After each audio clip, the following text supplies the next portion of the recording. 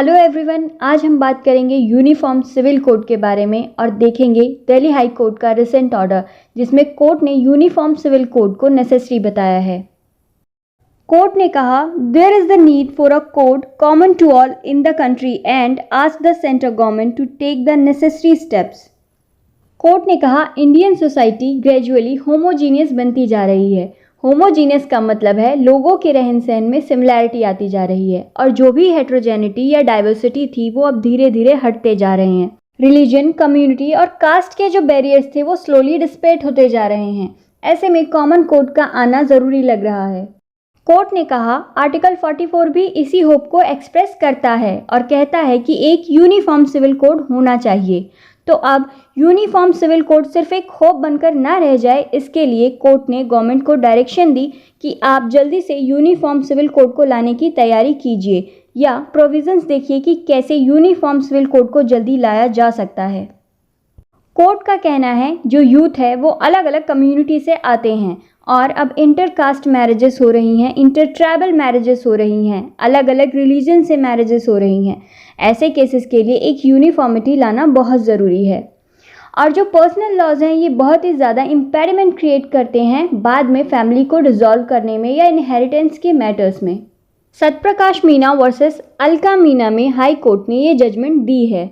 इस केस में सत्यप्रकाश मीना जो कि हस्बैंड हैं, उन्होंने फैमिली कोर्ट में एक डिवोर्स पिटीशन फाइल की under Hindu marriage act 1955। Alka Meena ने इस पिटीशन को कंटेस्ट किया और कहा कि हम मीना कम्युनिटी को बिलोंग करते हैं और ये मीना कम्युनिटी एक नोटिफाइड शेड्यूल्ड ट्राइब है। तो अगर कोई नोटिफाइड शेड्यूल्ड ट्राइब है तो वहाँ पर हिंदू मैरिज एक्ट के प्रोविजंस एप्लीकेबल नहीं होंगे, तो इसीलिए हिंदू मैरिज एक्ट के अंदर ये पिटीशन मेंटेनेबल नहीं है। तो ये स्टैंड रहा अलका मीना का। ट्रायल कोर्ट ने डिवोर्स पिटीशन को डिसमिस्ड कर दिया बाय होल्डिंग कि हिंदू मैरिज एक्ट के प्रोविजंस मीना कम्युनिटी पर एप्लीकेबल नहीं हैं। ये केस हाई कोर्ट में पहुंचा और अब ये देखना था कि पार्टीज को किस लॉ के अंडर गवर्न किया जाएगा, हिंदू मैरिज एक्ट के अकॉर्डिंग या मीना ट्राइब के अकॉर्डिंग। हाई कोर्ट ने कहा कि जो मैरिज हुई थी वहाँ पर हिंदू कस्टम फॉलो हुए थे। कहीं पर भी ये नहीं बताया गया कि कोई ट्राइबल कस्टम वहाँ पर फॉलो किए गए हैं, तो ये नहीं कह सकते कि हिंदू मैरिज एक्ट यहाँ पर एप्लीकेबल नहीं होगा।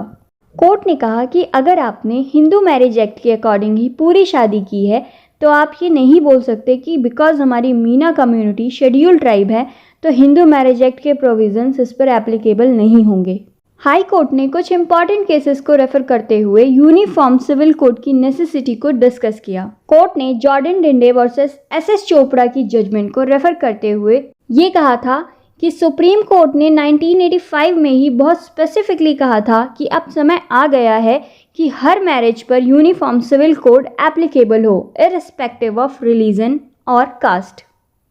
कोर्ट ने यहाँ पर कहा था कि हमारे पास ऐसे बहुत सारे फैमिली मैटर्स आ रहे हैं जिसमें अलग अलग रिलीजन से लोग आते हैं और मैरिज सोलेमनाइज करते हैं।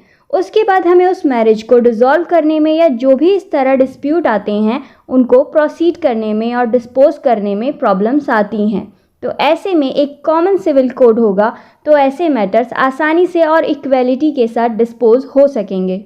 कोर्ट ने मोहम्मद अहमद खान वर्सेस शाह बानो केस को रेफर किया जिसमें कोर्ट ने कहा था कि common civil code national integration को भी इंश्योर करेगा और देश में जितनी भी कॉन्फ्लिक्टिंग आइडियोलॉजीज़ हैं उनको हटा देगा। इस केस में जस्टिस चंद्रचूड़ ने भी कहा था कि हमें एक यूनिफॉर्म सिविल कोड की ज़रूरत है। दिल्ली हाई कोर्ट ने हस्बैंड की अपील को अलाउ कर दिया और फैमिली कोर्ट को ये डायरेक्शन दी कि आप डिवोर्स प्रोसीजर को फर्दर प्रोसीड करिए और विद इन 6 मंथ्स में डिवोर्स की एप्लीकेशन को डिस्पोज करिए। दोनों को हिंदू मैरिज एक्ट के अंडर ही डिवोर्स मिलेगा। यूनिफॉर्म सिविल कोड की मांग 1985 से ही की जा रही है और 2021 में दिल्ली हाई कोर्ट इसे रीट्रेट कर रहा है। यहाँ पर सिंगल बेंच जज थी जस्टिस प्रतिभा एम सिंह जिन्होंने ये डिसीजन दिया है।